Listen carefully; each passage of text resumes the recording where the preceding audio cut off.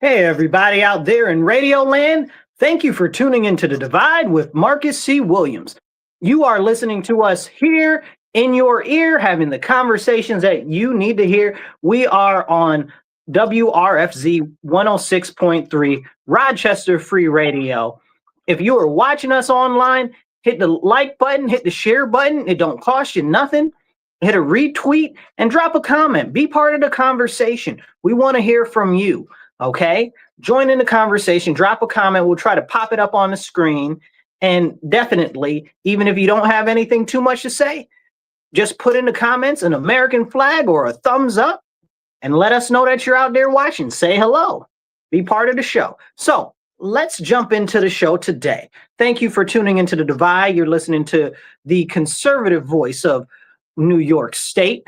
We are here in your ear having the conversations you need to hear. Man, have we got a lot of stuff to talk about today. But what I'd like to start off with first is the show before us. The guy is a raging communist, right? Like a raging communist. He calls himself a Democrat, socialist, whatever. But, you know, he made an interesting point about Trump's tariffs. And we've talked about the tariffs on this show before. He said what Trump did was cut the taxes for the businesses and cut the property taxes for the businesses before he put the tariffs on, so that way, when he put the tariffs on, it would be offset by the tax cuts that the businesses already got. And I was like, well, you know what? That kind of sounds like a masterful plan. That's like really, really smart and intelligent, a very smart thing to do. But you heard the Democrats scream and fight and kick and moan, talking about, oh, the tariffs are going to raise all of the costs and all of the prices of all of the goods and stuff like that. And here we got this communist socialist guy talking about, yeah, the Trump put on the tariffs, but he offset the cost for businesses so it wouldn't actually impact the people on the ground. I said, it's crazy to me that a communist can say that and give the president some credit for doing something when regular Democrats can't even do that. Like, what is going on here? Like, can we not have that conversation? I think that we should be having that conversation. That sounds very, very important to me. Because what often happens, and I think that this is something that bothers me the most about politics, especially nowadays, is that we see a whole bunch of issues where there's this thing that I like to call teamification, right? So I'm a registered Republican, right? So in my case, if I was a registered Republican, I've got to go with my team. I'm not like that, right? But most Democrats, if you see them, they got to go their team. Nothing can ever be wrong. And it's only their team that can ever be right about anything. There are a lot of Republicans that do that too. But we have to understand that this isn't the way that American politics should be, because it's not even supposed to be or constructed to be a two-party system. This is something that developed over decades and centuries to be this way. And it's really not the way our nation is supposed to be. And it doesn't actually give the best actual representation because of the current power structure. It's also why there's so much kick the can politics where nobody really wants to make the hard decisions that are necessary to address the issues that the common man is facing. And if you follow me frequently, I'll talk about how the government is actually against the people, because that's what it is. The government is a giant behemoth that is against the American people. And it's like that because it is a power structure. And any power structure is going to consolidate power at the top. So what's happened in America is all of the power is consolidated at the top with the elites, with the ultra wealthy, and with the old money families. Like, we can't act like this isn't what's going on in our nation. And more people need to have this open conversation so that when we do run into these different issues and we see that our team isn't addressing these issues, that we're like, hold on a second, who are you really representing? You know, and a lot of people say, oh, well, elections are where we hold people accountable and stuff like that. You got to hold them accountable when they're in office too. Like, what are you doing? You don't just get out and vote. And right now, the scariest thing is so many people don't vote. Like 75% of people don't vote. Now, depending on where you are, that number might change a little bit. but greater than 50% of the general population in most areas does not vote. And that's very, very problematic. But also, we end up with the fact that most people that go out and vote aren't even politically inclined because politics, why bother, right? Well, we should bother with politics because politics affects you every day in your everyday life. The most important thing about politics, and I think people forget this, they'll say, oh, well, I don't want to talk about politics or it doesn't affect me. Yes, politics affects you. Politics is very basic on most routes. You look at it, do you want your toilet to go flush? Yes, I want my toilet to go flush. That's politics. Do you want your snow plowed outside when it's wintertime and you live in the city? That's politics. Do you want your garbage picked up? That's politics. Do you want clean water to come to your house? That's politics. Like, all of these things are politics, and people try to write it off like, oh, well, I don't want to be political or I don't want to get political. Yeah, no, there aren't very many things that we can actually talk about that politics doesn't impact. I mean, depending on where you live, and some of you know this better than others, politics impacts what the color of the sky is. Okay, we can talk about that for real, but we'll talk about that maybe another time. This is a real conversation that we need to open up and have. I see you guys dropping some comments there. Thank you guys for the comments. I'll pop them up in a second as soon as we finish the monologue. So as we talk about these important conversations, we need to identify that it is not about just your team. It is about, where are the results that have been promised you? Where are the issues that need to be getting addressed? And is anybody addressing those issues at all? I live in a city for 60 years. It's been all Democrats. Democrats run everything. They control everything, absolutely everything. There hasn't been one other person in office from another party. So when we talk about what's going on here, it's very clearly only the fault and accountability that can go to the Democrats because they're the ones in office. It's their policies. It's their budgetary focuses. It's all of those type of things and the legislation that they do. And they can't separate themselves from that, but they'll try to say, oh, well, it's the Republicans. How?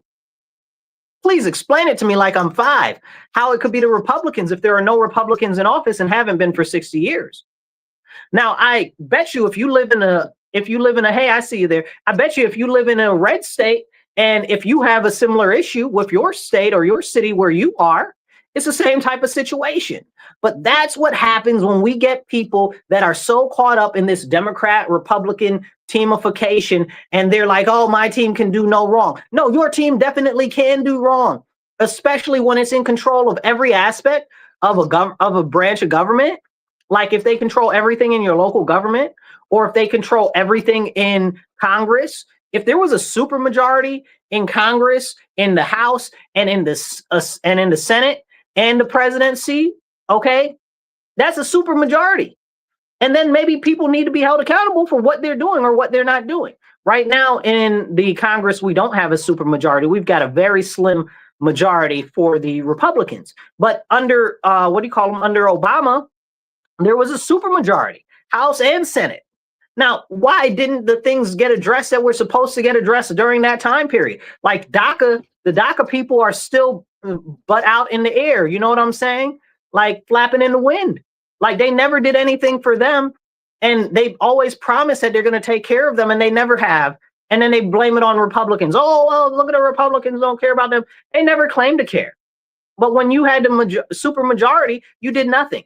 Then when you had Biden as president, you did nothing, And then people say, oh, well, look at what Trump's doing and this and that and the third. Let me point this out to you very, very importantly. The president has little to no effect on what's going on in Congress. They can do some trade stuff. They can do some other stuff, some military stuff, but they really don't have that much control of anything. And you can see that right now with our current president because the Democrats fight him on absolutely everything. Everything he tries to do. If he tries to take a poop in the morning, there are the Democrats with a lawsuit against him taking a poop. You're taking a poop before noon, you can't take a poop. It's ridiculous. They fight him tooth and nail, and then they say, oh, well, he's a king. He's a king, and you fight him over breakfast? Like, you know what I'm saying? Like, is this serious? Like, They don't even conceptually understand what that level of despotism or tyranny or even just rulership, right? Like just plain rulership. They don't understand what any of that would even look like because they're saying, oh, well, he's a king. Really? Because you guys got a lot of court cases against this man. So clearly he's not a king. Because if that was the case, everybody be locked up in jail. A lot of y'all would be missing. Okay. Y'all families would never know where you were going. So who is behaving as a king when you can still use lawfare to get injunctions to stop him from doing what needs to be done? Hello. What are we talking about? And again, some people will say, oh, well, you're just talking because you don't like Democrats or whatever the case is. That's not true. Do you listen to me? You need to actually listen to me talk. I don't like big government. I am very adamantly against almost everything on the federal level. Why? Because I believe in small local government. I am an anti-federalist. I don't believe that the federal government should have as much power as it is. I believe the federal government needs to be shrunk. I think that 75 to 85% of all of the departments of the federal government could be poof gone tomorrow and you wouldn't know the difference. As we saw during the shutdown, the majority of everybody's life, unless they were actually working for the government, wasn't really impacted. It wasn't really impacted. Maybe if you took a flight because the FAA are the people that run the people in the towers. What do you call those people? You guys know who I'm talking about. The air traffic controllers. You know what I'm saying? But these are conversations that are real conversations that we don't actually have. And people get too attached to all of these jobs in government. Why do we need such a big government? Well, it's an employment scheme. It's a self-perpetuating employment scheme because the government does not create anything to generate its own taxes. That's another reason why the tariffs are so important, because that's really the only place that the government itself can get money, unless it's stealing it out of your pocket. Hit the like button, hit the share button. It don't cost you nothing. I see quite a few people watching, not enough people hitting that heart button. So hit the heart button, drop a comment real quick. I'm going to pop up some of your guys' comments. We got Jessica R. Jessica says, hey, Jessica, how you doing today? Good to see you watching. And then it says, we got, who we got? I can't see what that says. Let's go up some. We got quite a couple of these here. Let's see. Show more. How do I do that? Okay. Let's go up. Let's go down. We got, who's this? Can't see what that says. Says, if you're voting changed, things they wouldn't let you. Why is it like that? Sorry, guys, I can't see that very good. If your voting changed anything, they wouldn't let us do it. No, that's not true. And then it says, and this is Static Savage. He says, he says you should vote, LOL. Well, listen, if you're not going to vote, if you don't want to vote, you take that and shove it in your nose, okay? Because that means that you don't care about our nation. It means that you don't care enough to get politically involved and you want to discourage people from getting active. So as far as I'm concerned, you're a Fed. You work for the Feds. You're trying to make it so that people don't get out and vote so that the government can do whatever it wants. So people like you are the absolute problem, okay? Thank you for commenting. I appreciate your comments. Thank you for your time. Somebody says, who's this? Says Rosie. Rosie says the federal government is just an assisted living facility paid for by the U.S. That's absolutely 100% what it is. And we need to have a serious conversation about that because they take way too much of our tax money and do way extra nothing. Now, the following things are two types of taxes that I don't think should be in existence at all. Property tax and taxes on your income. Because you work for the money, you should be able to keep it, right? You bought the property, why are you still paying taxes on it? Okay, it's just a form of indentured servitude to the government forever. Somebody should challenge that in court. There should be no way that that stands. You know, I've always had a question about property tax. It doesn't make any sense. You know, maybe we all need to look into allodial titles or something like that. But whatever the situation is, this system needs to change. This system needs to change because if you paid for it, you should own it. Hit the like button, hit the share button, drop a comment. I'll try to pop you up and make you part of the conversation. We're going to answer. I think we got one more. Okay, we got that already. Let's continue on with the conversation.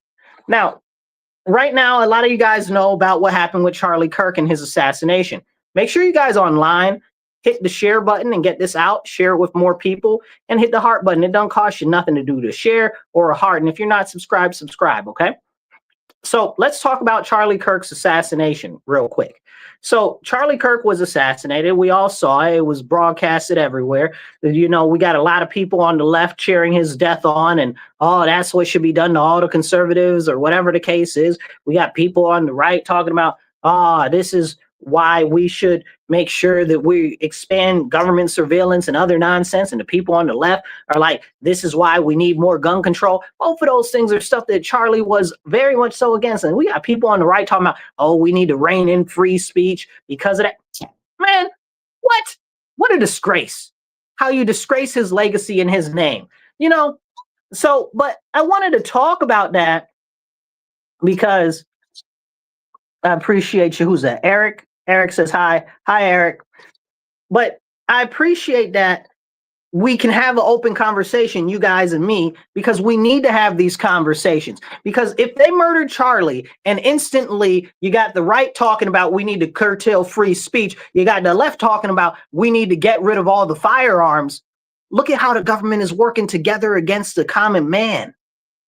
The government doesn't want you to have firearms because they don't want you to be able to defend yourself from the government. The whole purpose of the Second Amendment is to be able to defend yourself from the government. Okay. And people were like, oh, well, the government's got F-16s and F-35s and you couldn't fight the government. It's not about that. It's about being able to stand up and protect your property and protect your own home. And if I got, I don't know, what is it, $35 million to buy an F-16 or whatever it is, not an F-16, F-35, I don't know how much those cost. Dropped it in the comments. I forget how much they cost right now. The price on them went down. But if I got the money to buy one of them, I should be able to buy one of them. I'd actually, honestly, personally like a couple of tanks.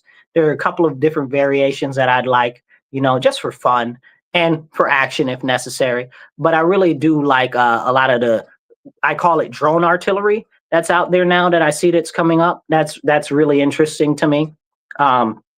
And a lot of the drone defense stuff is very interesting.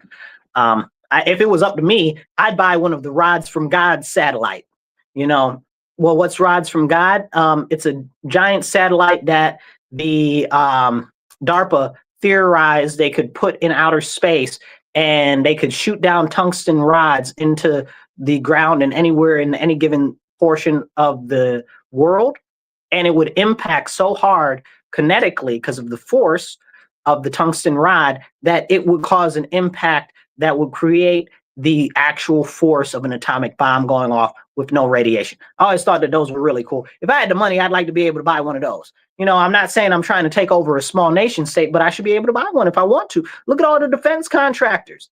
We got defense contractors with their own private armies. I need to be able to protect myself when it comes to that stuff too. Because governments hire out their dirty work and their wet work to people in these different companies and stuff like that. What's Blackwater called now? Whatever Blackwater turned into. And we got a number of other ones too. But I bring up the Charlie Kirk murder and his assassination because just the other day, this is very important. And I encourage you guys always, I tell you, I said, don't believe me because I'm saying it. Believe me because I'm telling you, because I'm going out of my way to tell you. So that's why you should believe it. But also go look it up. What's his name? Kash Patel. Y'all know I like me some Kash Patel, and I was really having high hopes for him, but I'm not very happy with him right now because he shut down the investigation from the Department of Homeland Security under the counterterrorism department that was being run by, what's his name? John Clark. Okay, John Kent, excuse me. John Kent, because he was looking in to see if any of the foreign interests might have had something to do with Charlie Kirk's death. And Kash Patel shut that down. Well, how are you going to shut that down when that's something that we really need to look at? Like, it's crazy that he just shut that down like that. Like, is this what we're doing? It's unacceptable. We got a couple conversations. Let's see what we got. A couple people commenting. David says, hi. Hi, David. I appreciate you commenting. We got, David says, how's your day? David, it's going good. I appreciate you commenting. Every comment helps a lot, you guys. So just drop out some comments, hit the thumbs up, Thank you so much for keep commenting. All of those comments help an immense amount to kick the algorithm to get it out to more people. So even if you guys just do a thumbs up or whatever. Okay, somebody made a comment. Let's see. Hayes, let's see. Okay.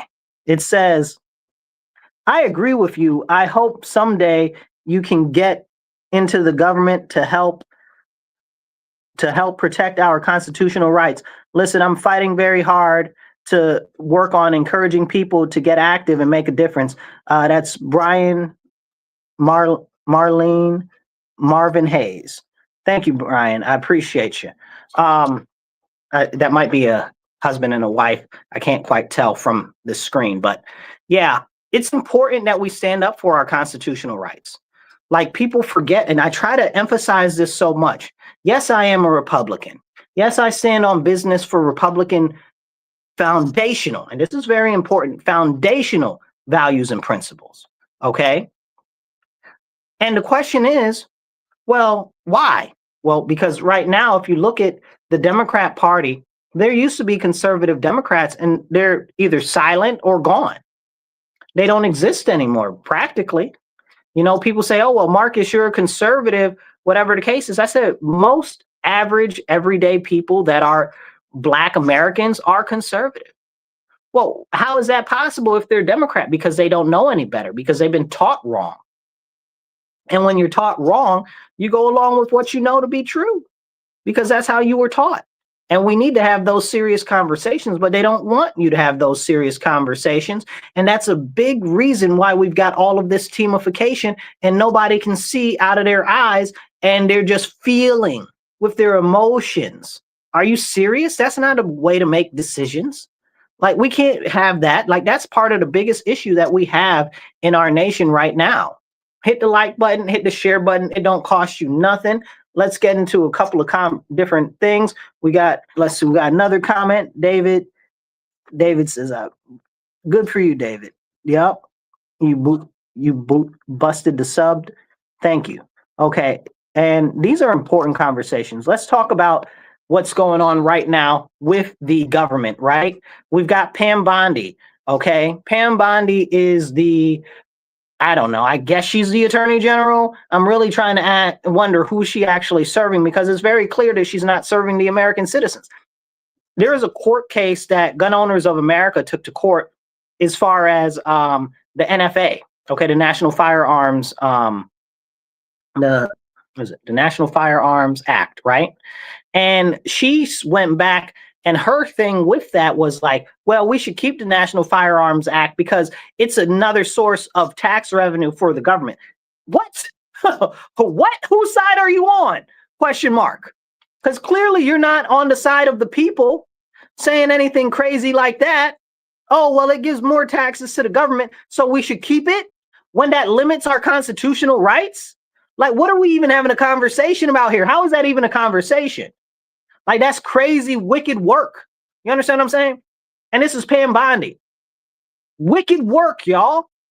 How are you going to say that we should keep the NFA when it's harming our right and limiting our right, infringing on our right to legally own firearms, making it more cost prohibitive, making people jump through hoops, when the criminals out here got all types of guns, stuff you ain't never seen. Stuff that people don't even have in regular war. You know what I'm saying? Crazy, wicked work. And this is supposed to be a Republican, right? So again, it goes back to show you this teamification stuff is nonsense. If somebody ain't going to stand on the Constitution, I'm not standing with them. Do you hear me? Can you dig it?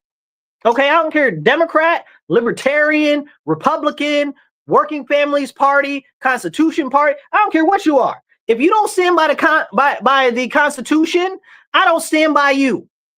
And we need more constitutional conservatives to stand up. But they don't want to. And that's problematic. And that's why I stand, and I pray that you will too. And I encourage you, hit the like button, hit the share button. Don't cost you nothing. Drop some comments, because that helps the algorithm. And share this out, because it very much so helps. Let's see, we got another comment. Let's see, who's this? It says Rosalind, civics exams should be required to obtain voter ID. Okay, Rosalind, that's a good conversation to have. Let's talk about voter ID real quick. Most Americans believe that we should have voter ID. Point blank, okay? We're at like an 85% of American population, maybe a little bit more, believe that we should have voter ID. We do not have voter ID. Whenever you see, and I'm glad you brought this up, this works into another topic we're going to have. So with the voter ID, people are like, oh, well, black people can't get ID because they're dumb. Who? What? Who told you that? I'm black. I have ID. I even got my passport. Like, what are we talking about? Like, who are you to say that black people are too dumb to get an ID or they're too poor to get an ID? Now, if you look at any states that have voter ID, they will issue you a free ID just to vote. Hello? Is this thing working? Tap, tap. Let me tap this microphone because clearly there are some people that aren't understanding how voter ID works. You understand what I'm saying? And where I live, you can get a non-driver's ID for 15 bucks. 15 bucks. You understand what I'm saying? Like and I live in New York State and we got dead people on our voter rolls that I know are dead. What does it say? Date of births, registrations back in the early 1900s. Come on now, stop playing in my face. I seen one the other day is like 200 and something years old, almost as old as the country. Ain't no way that person's alive. Why can't we have voter ID? Why can't we have that conversation? And then I saw, what's his name? The guy that sleeps with the Chinese spies, Eric Silwell, okay, from California. He's like, oh, I want to make it easier for people to vote. I think they should be able to vote for phone. B-I-T, you know the rest of the letters. What are we having a conversation about, Eric Silwell? You want people to be able to vote by phone? Man, where's my glove? Because we need to have a duel. I need a white glove. Somebody send me some white gloves right now. I got to slap this man in the face so we can have a duel outside because one of us got to go after that insanity come out his mouth. Are you serious? You want them to be able to vote by phone? Who? And then he's like, well, if we can pay our taxes over the phone, if we can prepare our taxes over the phone, you can't prepare your taxes over the phone. You can't. That's not how that works. Okay. And then if you think that is secure, you make it make sense. We're not even it's just so frustrating to even have a full conversation about that. Like it's because it like drains the intelligence from your brain trying to have that level of a conversation. Because clearly that's a non-starter. Vote by phone. What? Is this the freaking what you call them people? The Masked Singer or America's Got Talent or something like that? Like, we're not doing no vote for phone, Eric Silwell. I don't know how he's still in Congress when we know that he was sleeping with a Chinese spy. Like, how does that guy even still in Congress? He needs to be in prison somewhere, and he definitely shouldn't be able to be in government ever. Ever. For years, he was messing with her. Like, he's probably an agent of China right now. We can talk about that further at another point. I don't want to really jump into him too much right now, but I did want to bring that up, that vote by phone nonsense, because you guys need to be aware of what these people that are in office are saying, because they mean what they say. They always tell you what they're going to do ahead of time. Hit the like button, drop a heart, drop a comment, even if it's just a wavy hand and saying, hey, we got some comments in. Let's see what we got. Let's see. We got to go back a little bit. Rosalind dropped some American flags. Thank you for those American flags. Yes. Let's see. We got a spam message talking about they're going to pay us for more people to watch. We don't want none of that nonsense. We want organic watchers. So definitely hit the like button, hit the share button, drop some comments. Every comment helps. Okay. So this is important stuff that we're having a conversation about. And if we don't have these important conversations, nobody else is going to. Nobody else is going to. Now, I want to jump into a couple of other topics real quick, because it is important that we cover some of the other stuff going on too. Hey, John, I see you there. John says, this is why you should be in Congress. John, I appreciate your support from your lips to the Lord's ears. Okay. And if you guys are watching us online, if you're watching us online, definitely check out the sides right here. If you're watching us long format, okay. Or if you're watching us on vertical format, check out right down here. Okay. Check that out. Give to the cause. Let's see what we got going on. The federal judge dismisses the indictments against Letitia James and Comey, excuse me. That's very interesting. So now those got thrown out. I don't know where that's going to go. Now, the Letitia James one, I wonder, is that the one with the property one? Because there's no way that that should have been thrown out. It's very interesting what's going on and how they keep doing interesting, unique stuff in the court system. We just had a court filing here where I live, where the federal government is suing Rochester, New York, over the sanctuary city laws, saying that they essentially go against federal laws. And they're right. Now, when I saw that decision come out from the judge, it was like nobody even read the decision. Drink water, stay hydrated, yo.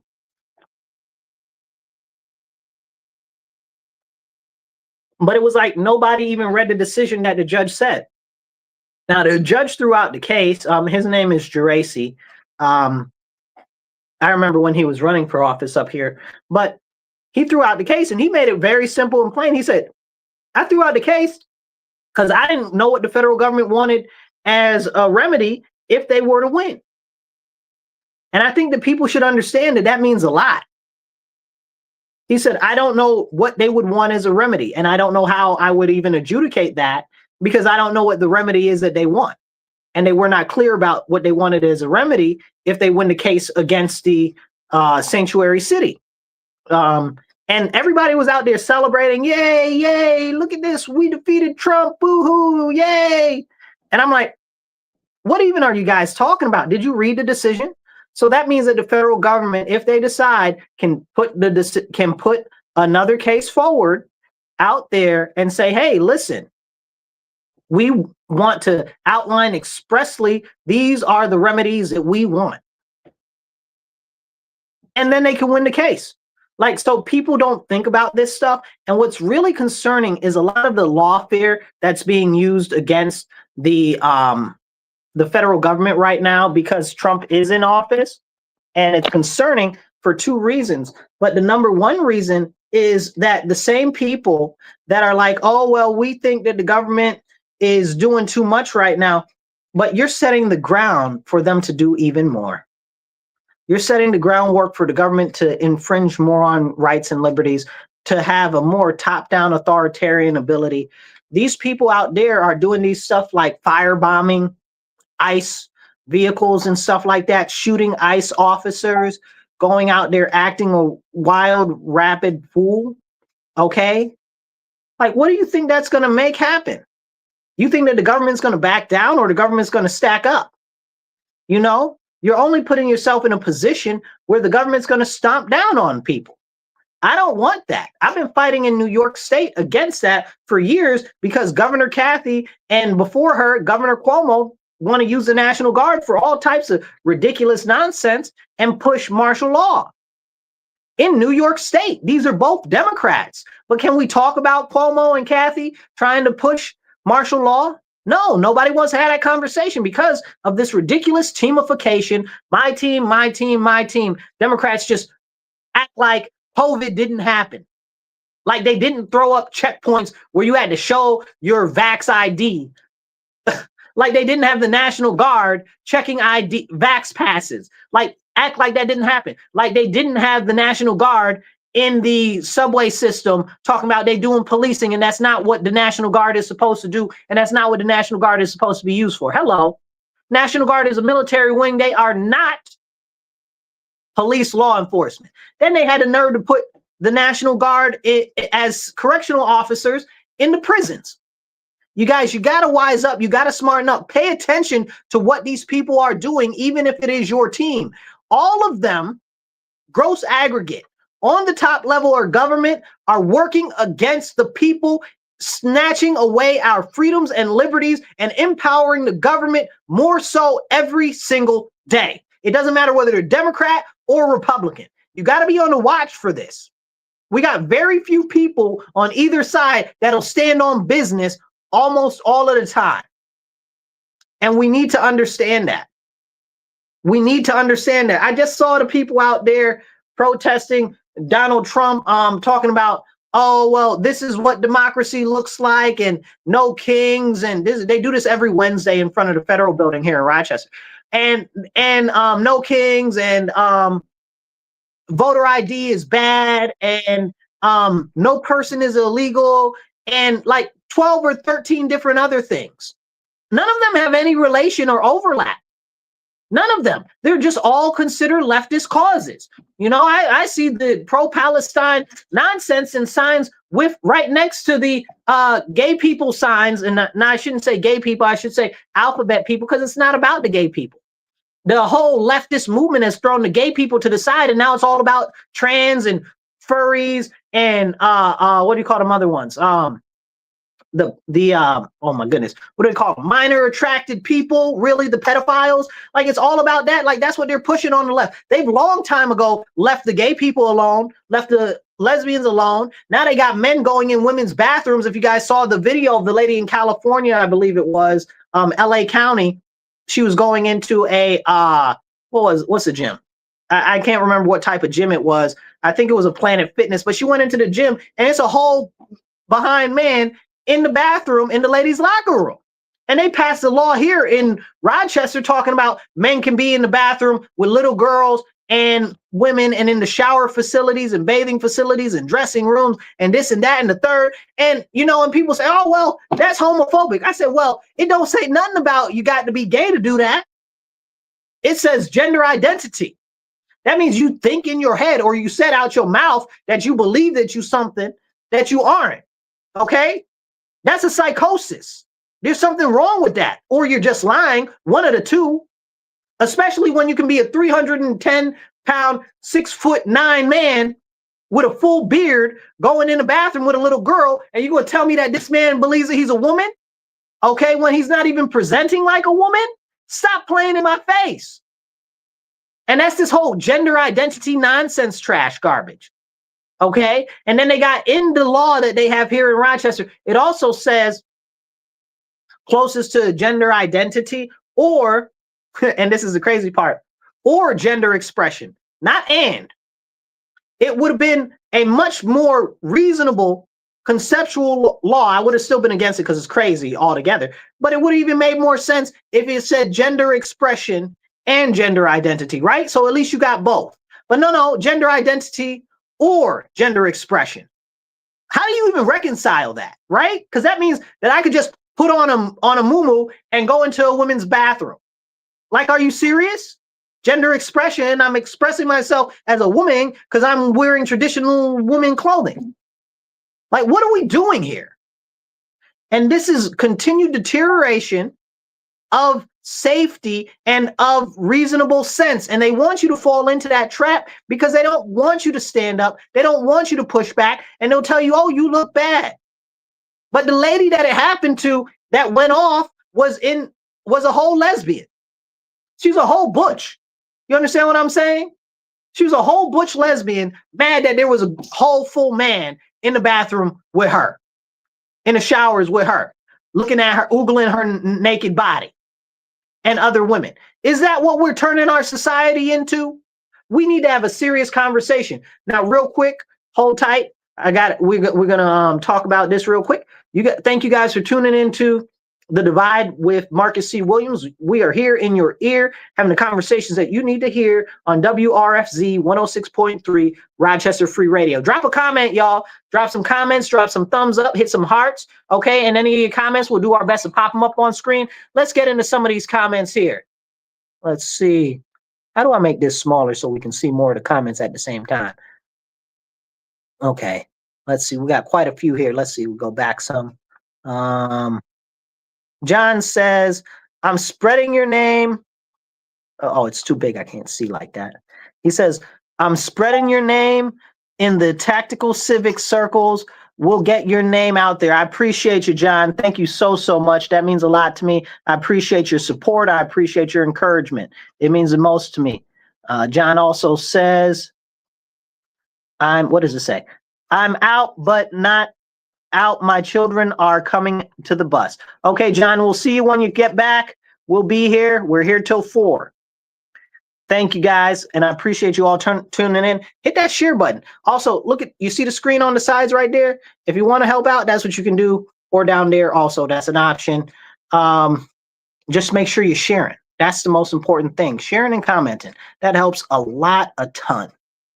Okay? Now, what we got going on in our country right now shows us how seriously we have to actually get more involved. We have to. We have to, because if we don't stand up, nobody is going to. And I want to talk about a very important issue to my heart real quick. Hold on one second. Drink water, stay hydrated. And I hope you guys can hear me on the radio. Also, if you're watching me on the radio, I know I just said watching me on the radio. If you're listening to me on the radio, you can also follow us and catch up on any missed shows on the Marcus C. Williams channel on YouTube. You'll find all of the shows right there. The Divide with Marcus C. Williams. We got a whole podcast section. It's also in our live section. And there's a whole playlist for the videos as well. You'll find them all. So we got I believe 97 videos. This makes 96 videos.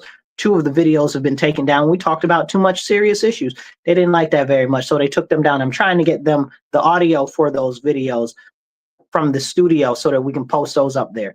Because sometimes you have really serious conversations and they don't want you to actually have those conversations online. Especially when you talk about things like cryptocurrency and the digital dollar being the downfall of our economy and the restriction of our actual value of money, because we can't have those conversations. That'd be too much right. And I'm all about having those important conversations, and they don't always like that. So we got a ton of stuff going on in the world right now. But real quick, before we get into more worldwide stuff, I want to get into an American issue. I want to get into the core behind our nation. What's that, you say? Well, the core behind our nation is Christianity, you guys. Our nation was built on Christian principles, Christian values, and the Bible. So whenever these people say, oh, well, it's Judeo-Christian, no, it's not. Stop. Full stop. Full stop. All 56 of the signers and stuff were Christian, okay?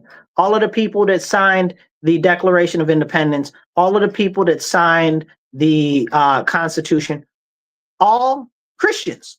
But can we have that conversation?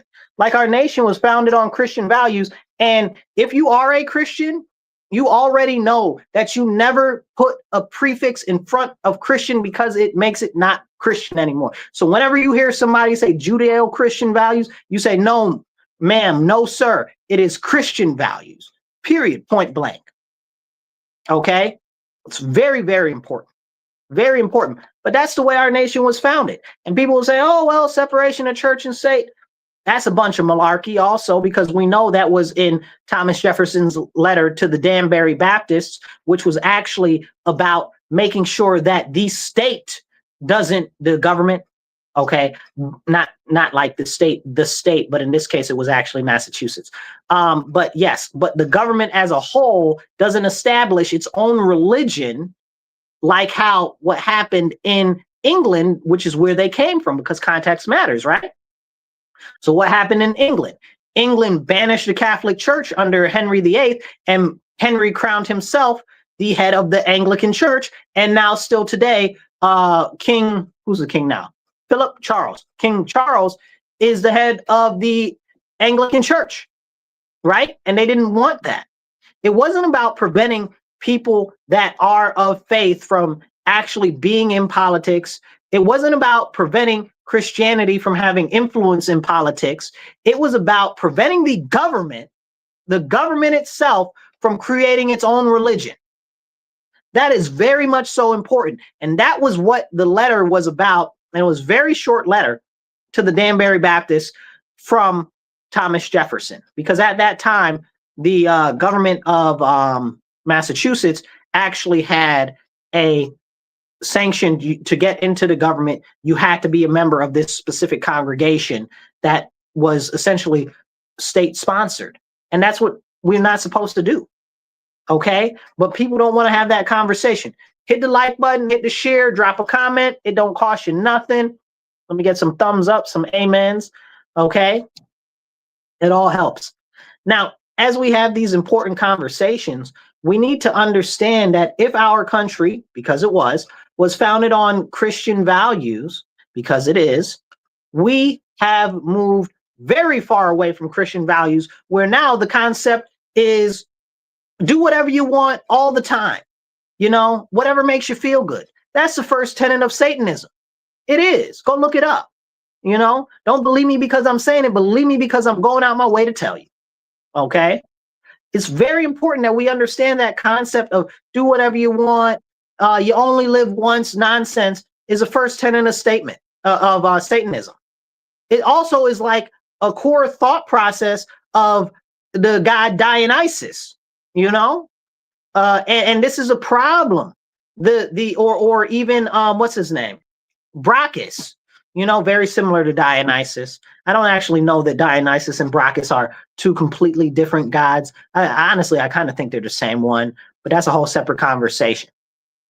Now, with this type of concept being pushed in our society every day, push, do what you want, do what makes you feel good. If you think that it's right, it must be right, right? No, that's wrong. That's exactly against Christianity. The concept of Christianity, it says, deny yourself and walk a righteous path, right? Like that's the concept of Christianity. Like this other nonsense is nonsense. And that's why we have no law in our country. We have no rule of law. We have no morals. We have no values anymore because that has been stolen away because they've taken Christianity out of everything in our nation. And it's done a great disservice to our country, And now we've got all of these people who hate our nation, who hate Christianity, getting involved in our government and destroying it even further. We've got these people that are communists and socialists hate religion, any type of religion. The whole goal of communism is completely to be devoid of religion. So is the socialism. Because they know that if you have morals and values that are based outside of the government, then you might decide that the government isn't doing right and you might try to do something about it. But can we have that conversation? These are the important conversations we need to have, but a lot of people don't want to have those conversations because somebody's feelings might feel some type of way. Okay?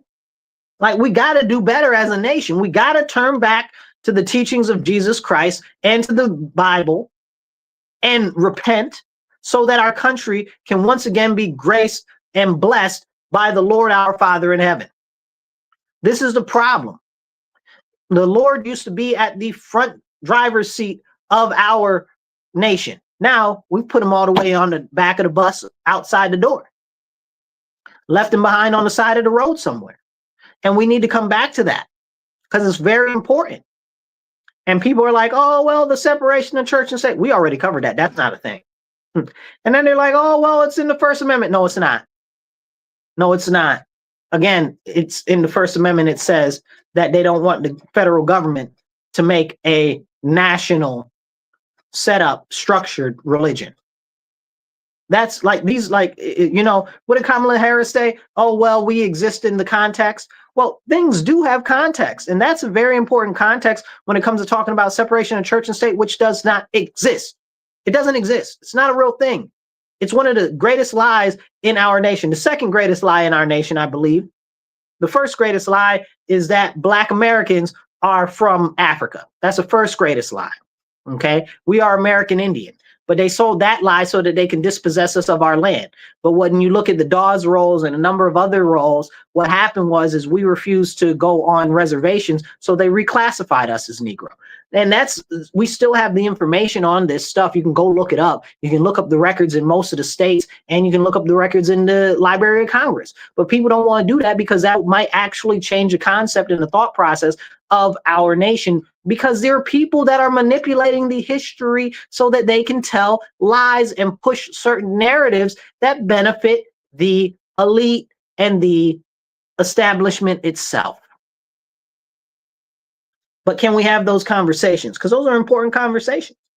Those are very important conversations. And I look at our country right now and I'm very concerned because we've got this Islamist rise, right?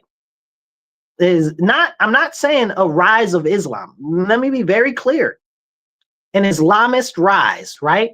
These people that are largely Saracens, people from these sand countries, okay?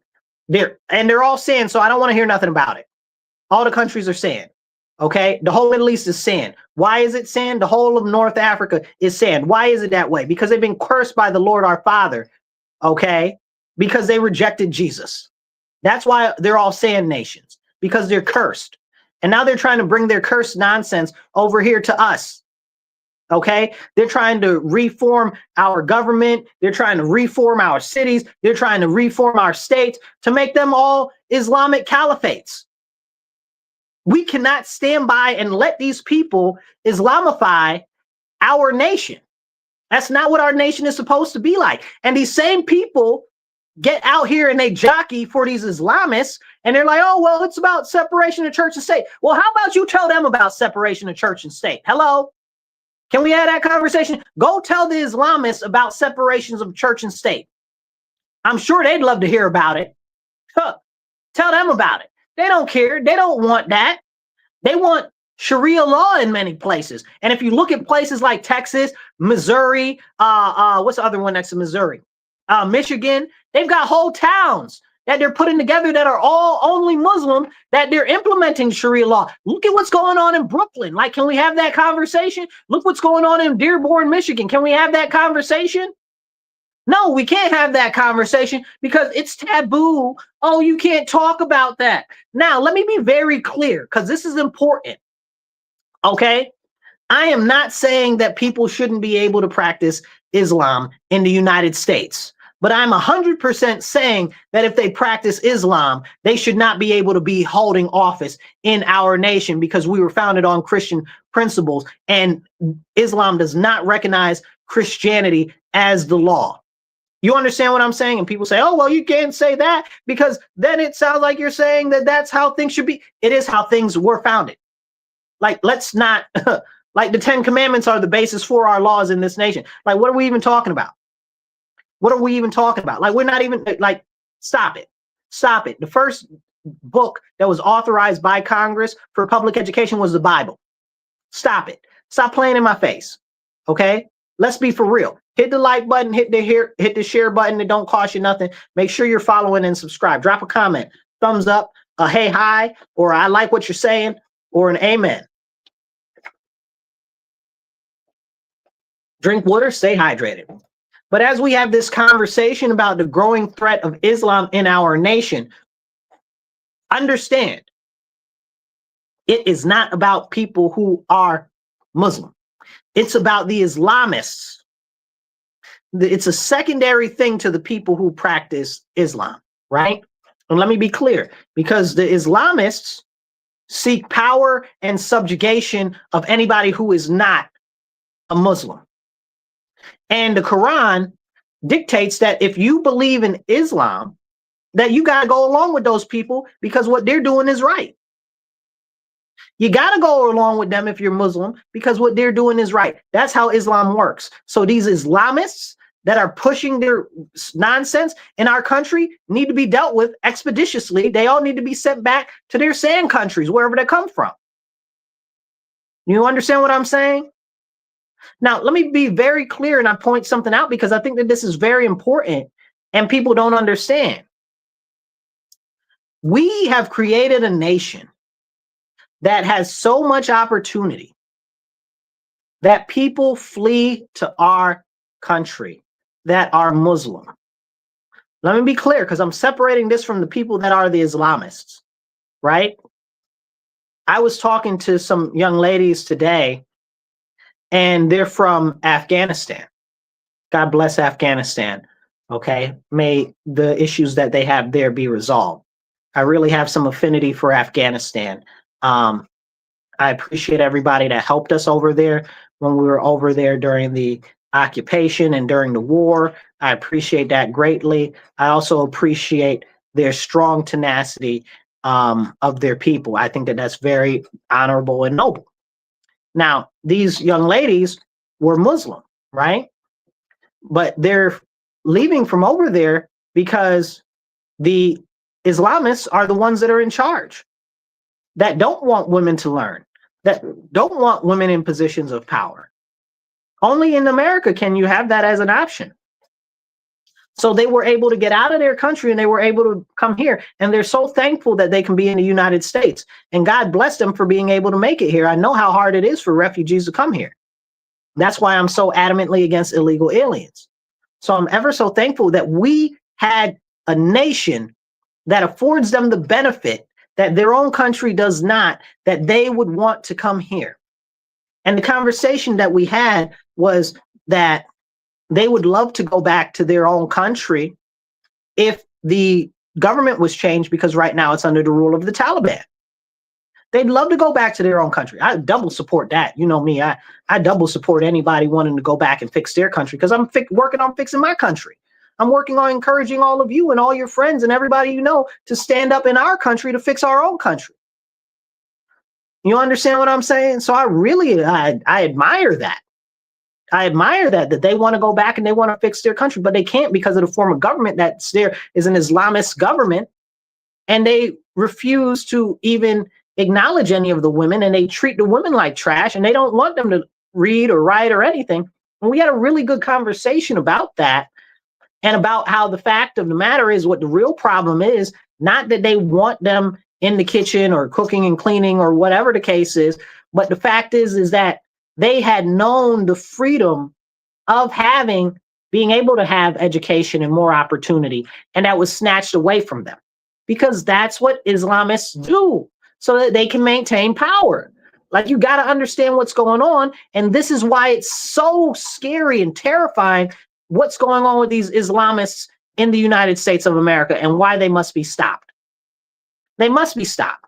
And I'd really encourage all of the Muslims from foreign nations, especially Afghanistan, that fled the Taliban and stuff, to stand up to these other crazy people that are out here pushing this Islamification and Islamist nonsense in our nation.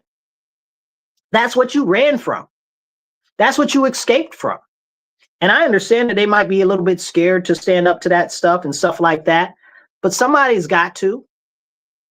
You know best how to, like, it's like the same thing with the people that escaped the communist countries.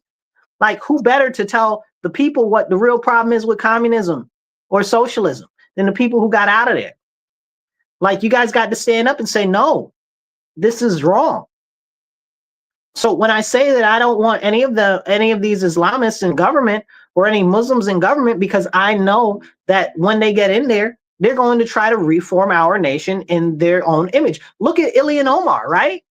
She's like, oh, I'm not prioritizing America, I'm prioritizing Somalia. When did Somalia become the 51st state? Explain it to me like I'm 5. Oh, I'm trying to make Minnesota an all Muslim state. What? Whose flying monkey's uncle are you? Deport all of y'all back to where y'all come from. You understand what I'm saying? Like, what are you doing? Like, trying to recraft our nation and your nation. If you love your nation so much, go back and fix it. I'm trying to fix my own. Stop trying to recreate my nation the way that you want to see it when your nation is in shambles. Why is your nation in shambles? Because of people just like you, talking just like you, talking all the nonsense just like you. If you can't fix your own country, what gives you the right to come over here to try to reconfigure our country to look like your trash hole country? You escaped from over there. Why'd you come over here? Because it wasn't good over there. So go back over there if that's your priority. You understand what I'm saying? Somebody needs to stand up and say something. Because we give these people an opportunity to come here as a nation that is separate from their own, that has the ability for them to have freedom. But these Islamists stamp and stomp all upon it. We can't have this. We can't allow this to go on. It's one of the biggest threats that we have internally to our nation, you know, but people don't want to have that conversation. And when you do, they want to feel some type of way or whatever the case is. No, this is a Christian nation, and we afforded all of these Muslims that wanted to escape their own countries to come here to a more prosperous nation, to a more stable nation, so that they can either prepare themselves to return home and fix their own homes, or to build a new life here, not to change our country into what they want. You understand what I'm saying? That's crazy. That's absolutely insane. Hit the like button, hit the share button, drop a comment. It don't cost you nothing. And if you're watching us online, check out right on the sides right here. If you're in horizontal format, check those out. And if you're in vertical, check out right down there. All right. So as we have this conversation, make sure that you're commenting, make sure that you're sharing. It's ever so helpful. Now, be part of the conversation because this is an important conversation. We must restore our nation to Christianity, or there will be no other place on the earth for these people to run to.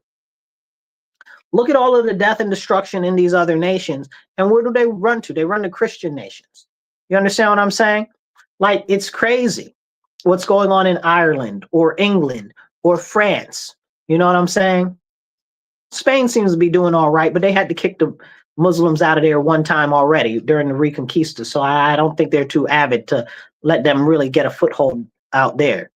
Same thing with Portugal. So we'll see what happens over there. But we need to be prepared for that in our nation, and we need to be pushing back now, especially all Christians. Then I got a rebuke for the Christians. You know, you guys, how are you Christian and you're out here voting for people that aren't Christian? Make it make sense. Drink water, stay hydrated.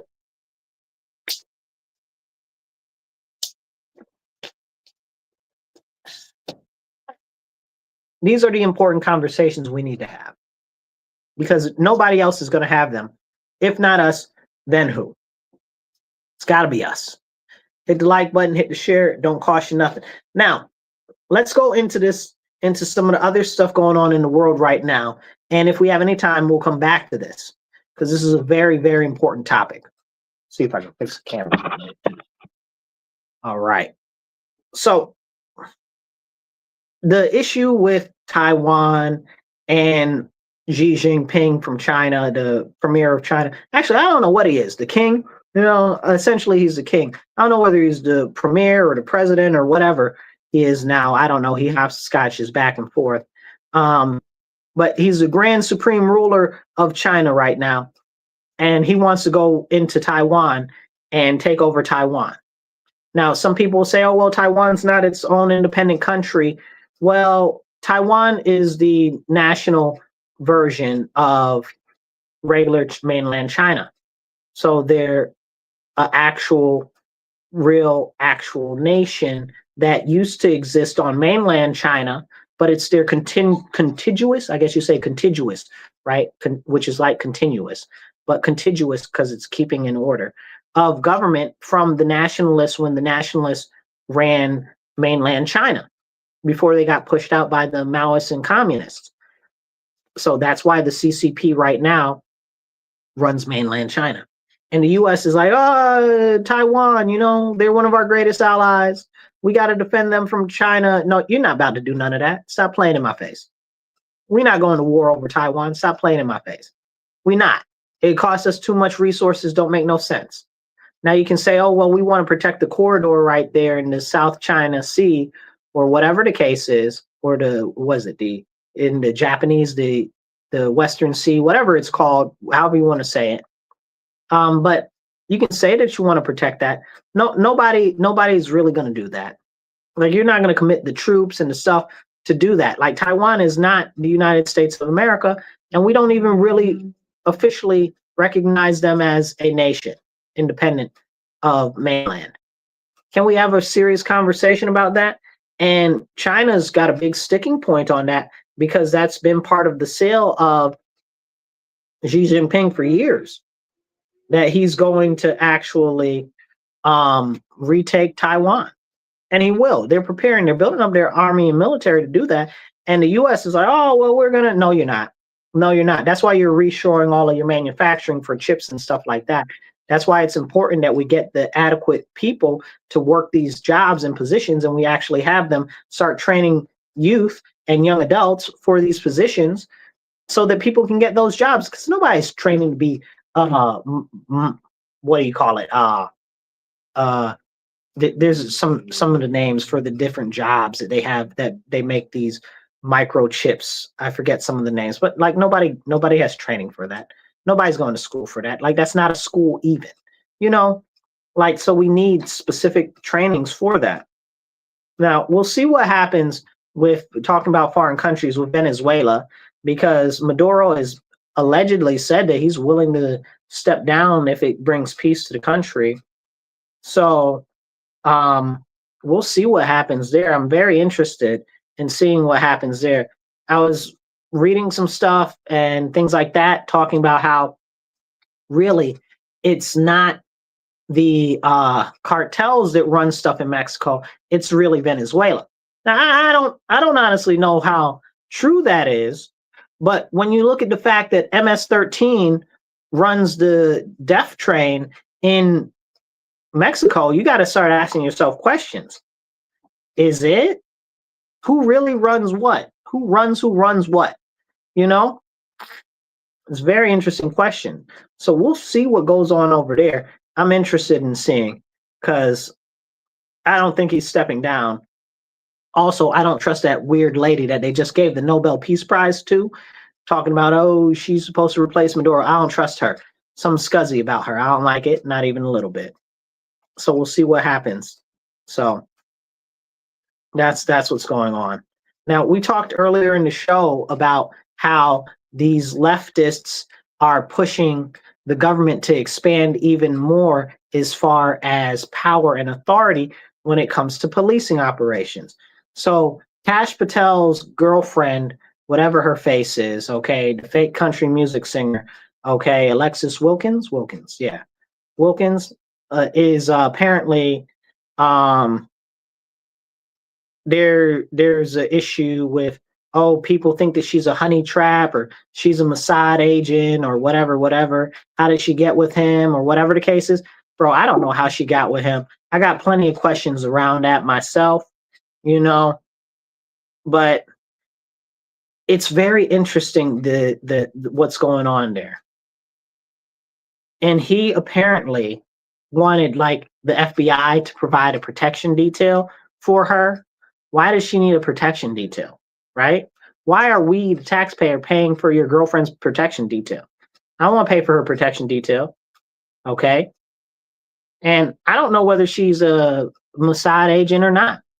Honestly, I don't care, but she's a highly suspicious character, and there needs to be some sort of investigation into her. That's a fact. I don't know, bro. I don't know where he dredged her up at, but something don't seem right about their relationship. It all seems very sus to me. Like maybe she's his handler. I don't know. I don't know. I don't have a clue. She very well could be his handler. Like, have you ever seen them together in person? Like, there's something just very not quite right. You can't put your finger on it about their relationship. You know, like, I don't know what it is. I don't know what it is, but something's not right there. You know, they don't really seem like buddy buddy or lovey dovey or whatever the case is, but it's very interesting. I don't know, like other people are saying, maybe she's a Mossad agent or whatever the case is. I don't know if that's true, but there's something very off about her, and I can't put my finger quite on it. You know, like maybe it's over here or maybe it's over there. I don't know. A little bit weird. A little bit weird. Um, there's a whole bunch of stuff going on right now in American politics and what's going on worldwide because the world looks to us as a force of strength. They do. But if we've got all of this division inside our own nation, if we've got these Islamists trying to tear down our nation, if we got these crazy cuckoos pushing stuff against our law enforcement and nonsense like that, it's a bad look. And the rest of the world looks at that like, y'all can't even get it right yourself, and you're supposed to be this big world authority. How are we supposed to project power and authority when we can't even control what's going on in our own house? Somebody make it make sense to me. Drink water, stay hydrated, y'all.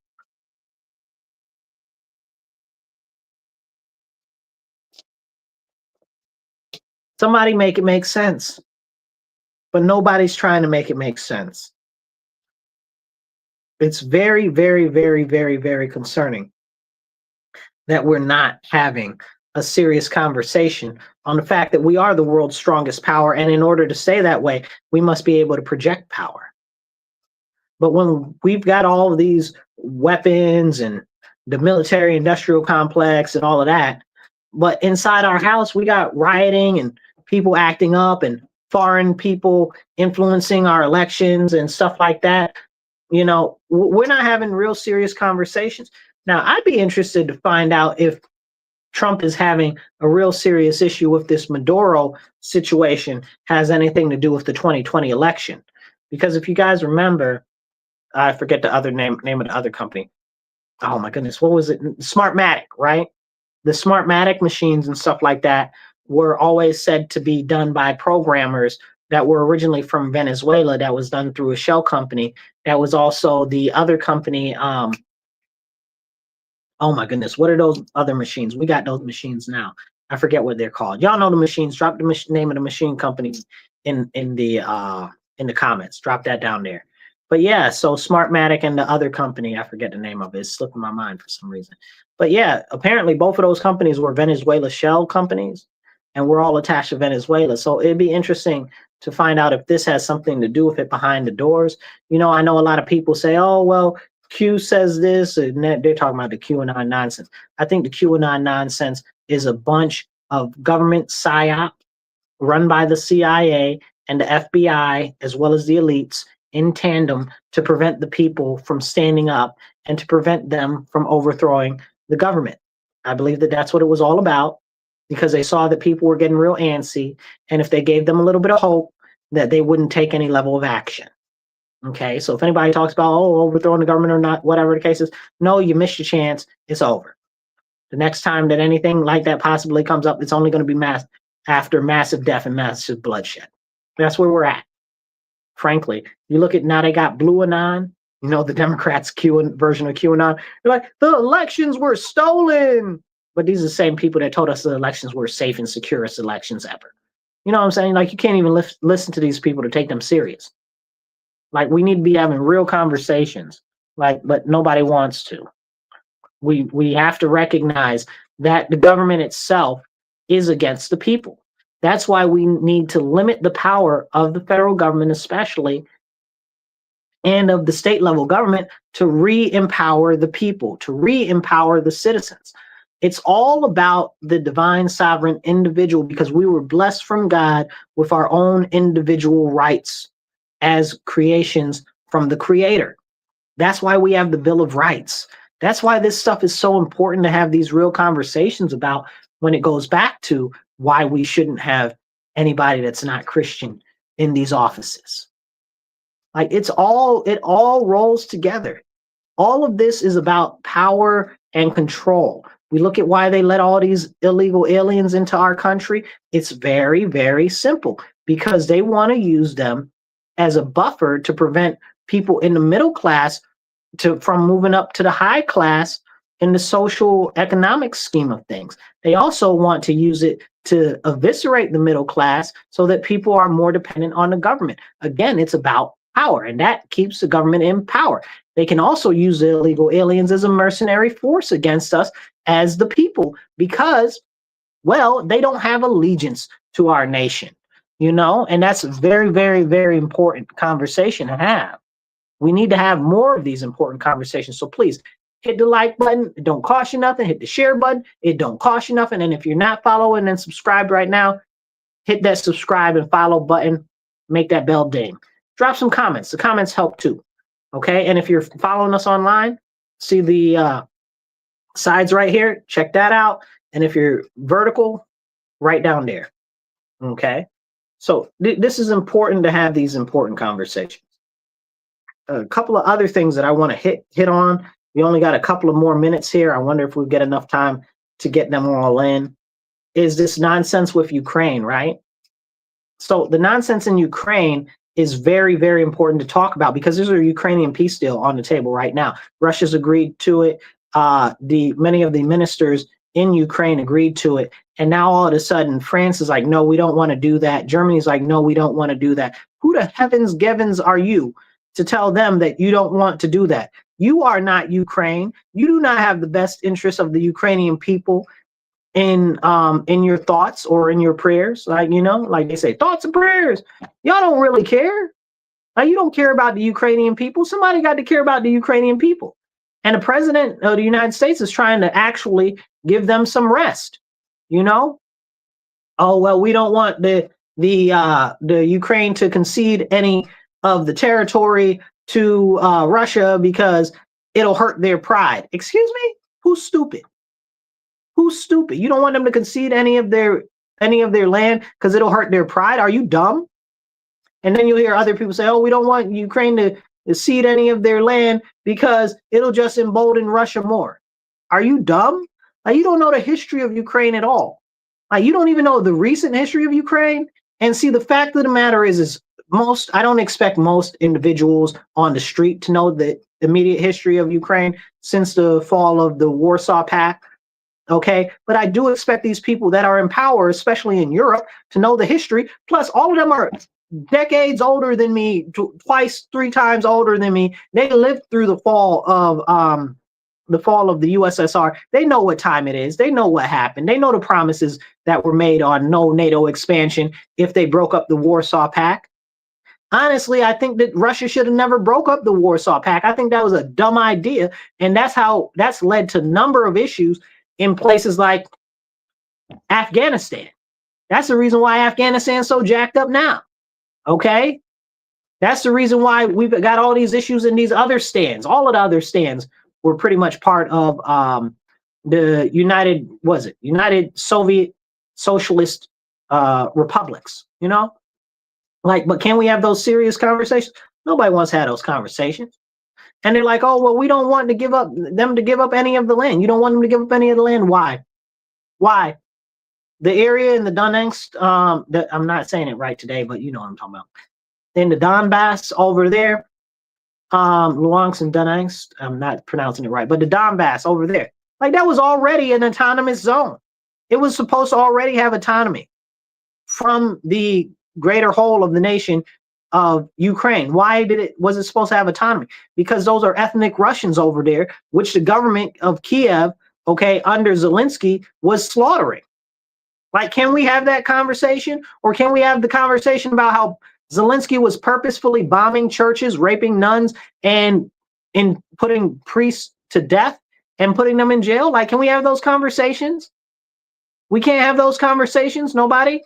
Like, nobody wants to talk about that. Like how Zelensky was having the military shoot any males that were running away from the front lines, like, you'll fight or you'll die type of situation. Can we have that conversation? Trump calls the war over there a meat grinder. It's nothing but that.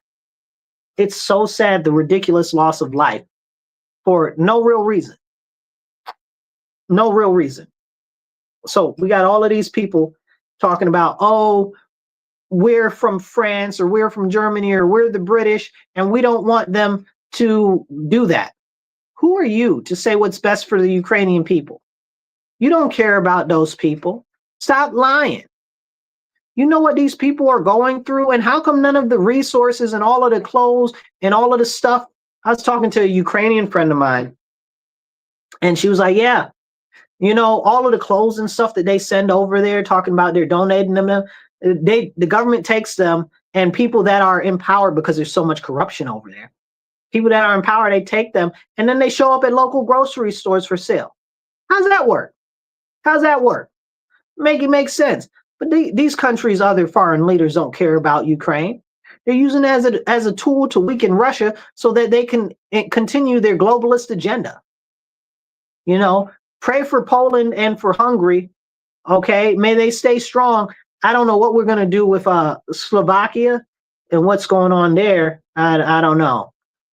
Pray for them that they stay strong and separate more so from the European Union, which has this whole globalist NATO nonsense agenda and the United Nations agenda.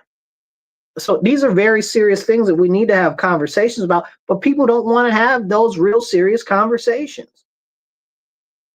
You know, and lastly, before we get out of here today, I want to talk about the Muslim Brotherhood, because I've been seeing people talk, oh, well, Trump's about to label the Muslim Brotherhood a terrorist organization. Do you even know who the Muslim Brotherhood are? You know, like, they were in power in Egypt. They basically were the ones who overthrew the government. And then they were like killing people in Egypt. Like, it was bad. Like, it was a real serious problem. And they had a similar branch of them in Palestine, and that was a real serious problem. And that's not even to point out that a number of other countries that are Muslim nations have labeled them as a terror group already.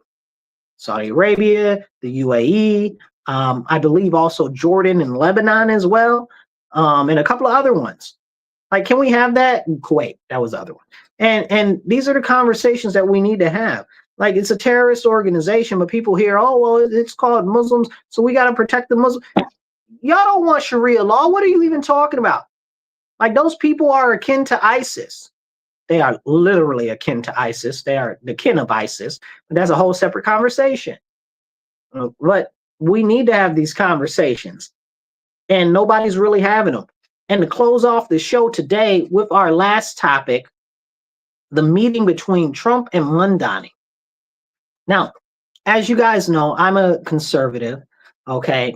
I'm a conservative Republican constitutionalist that's an anti-federalist futurist. You know, that's a lot of fancy words, right?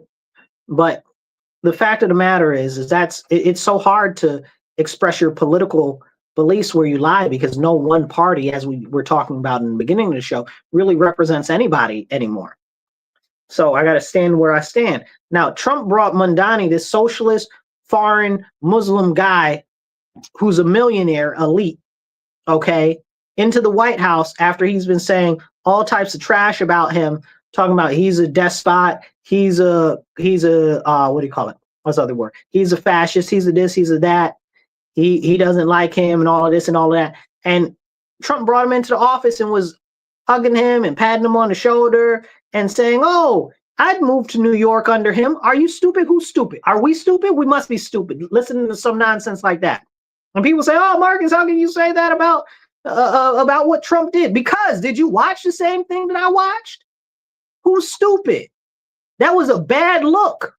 No matter what way you cut it, that was a bad look for us. And they're like, well, he's playing 4D chess. I'm not trying to hear a lick of spit about what you're talking about, because it's about perception. Do you know how bad that looked? Did you read the newspaper articles? Okay, did you look at how it was phrased? Even in the New York Post, which is usually just a conservative-based newspaper. It's crazy. Like, they're like, oh, Trump kowtowed to Mondani. They're like, oh, Trump praises Mondani because he did. He really did. Say, oh, he's such a great guy. You know, I really like him. Like, are you, what? What are you saying? But can we have that conversation? No, because Trump is infallible and he can't be questioned. Shoot, if I'm questioning the Pope, I'm going to question the president too. Sound crazy. Like, none of these people are the voice of God on earth, the representatives of God on earth. The Pope out here throwing freaking raves in churches, okay?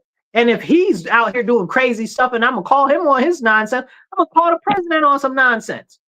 This just gave empowerment and encouragement to the Muslims that are Islamists, to the foreigners that are trying to topple our government, to the socialists that are trying to topple our government, to the communists that are trying to topple our government, and to the people that are Democrats, mostly far left, but also regular Democrats too, that hate Republicans and him. And him. Like, that was a bad, terrible look. Okay, and I don't care how much you love him or how much you think, oh, well, it was this plan and this strategy. It's about psychological impact. Psychological impact, who won there? Mondani won, okay? News and publicity-wise, who won there? Mondani did. Then Trump's talking all this trash about him. The dude is a whole terrorist, okay? And you out here negotiating with terrorists? Like, and this is after he brought in that terrorist from Syria who was on the Al-Qaeda's top watch list, who was one of the heads of ISIS, okay? That's now the president of Syria, because we installed him over there, because Israel told us to install him over there, okay? And you brought him into the White House on Veterans Day. On Veterans Day. You brought that terrorist into the White House. Now you got this other terrorist in there. Also, the terrorist, whatever his name is, from Syria, the president over there, first thing he did when he got into office was kill tens of thousands of Christians. Stop playing in my face. You understand what I'm saying? Like, we really need to have a serious conversation where we check our own people. I want the Democrats where I live to check their own people. We're them tens of millions of dollars that is magically disappearing from the pension fund for our actual people that work for the city government. Where's that money? How come that money wasn't shown up and reported before the election on November 7th? How come that didn't happen? Who was pushing the papers around? So that wasn't publicized. These are real conversations we need to have. Where is all the money to pay the teachers and the people that work in the district in the RCSD? Where's that money? How come that money's disappeared? Okay, and they're like, oh, well, it's just a programming glitch error because we switched the billing people. Nonsense. Okay, don't play with that nonsense in my face. Okay, you stole that money or you lost that money, you put it in a bad investment and it's gone. And you just trying to stave off by switching money from different accounts and this way and that way and the third. And that's why them people ain't been fully paid yet. And this has been going on since the summer. Come on now. Stop letting these people play in your face. If you a Democrat, you need to call the Democrats out on their BS. Okay, and empty promises. If you're a Republican, you need to call the Republicans out on their BS and empty promises. And when either of your sides, okay, are going against the Constitution, are trying to empower the government with more power, you need to be standing up. And that's point blank, period. I love you all. Please share this show. We are here in your ear having the conversations that you need to hear. This is The Divide with Marcus C. Williams. You are listening on 106.3 FM and on the Marcus C. Williams channel on YouTube. So make sure you share, like, drop some comments. All of that helps. Hit the heart button, hit the thumbs up. Okay, get this message out there because we need to have these important conversations. And if you're listening to us on the radio, make sure you tell your friends, your family, your enemy, and everybody else. Tune into our show Mondays, 2:30 to 4 p.m. I'll catch you guys next week. You guys be blessed and be well. And remember, stand up, speak up, and don't shut up. Take action. Catch you guys later.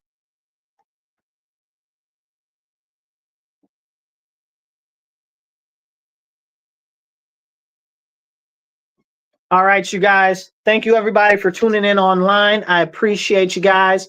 Make sure you share this video out.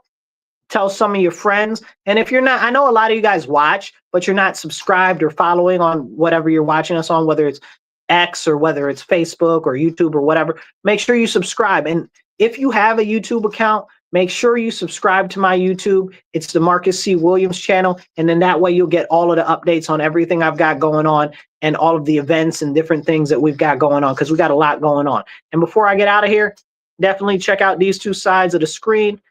Drop support, a couple of dollars to support the show. If you're on vertical or horizontal, it's right there. If you're on vertical streaming, it's right there. Okay, I'll catch you guys later. I love you all. You guys are fantastic. I appreciate your great support. I'll catch you guys. Be blessed and be well.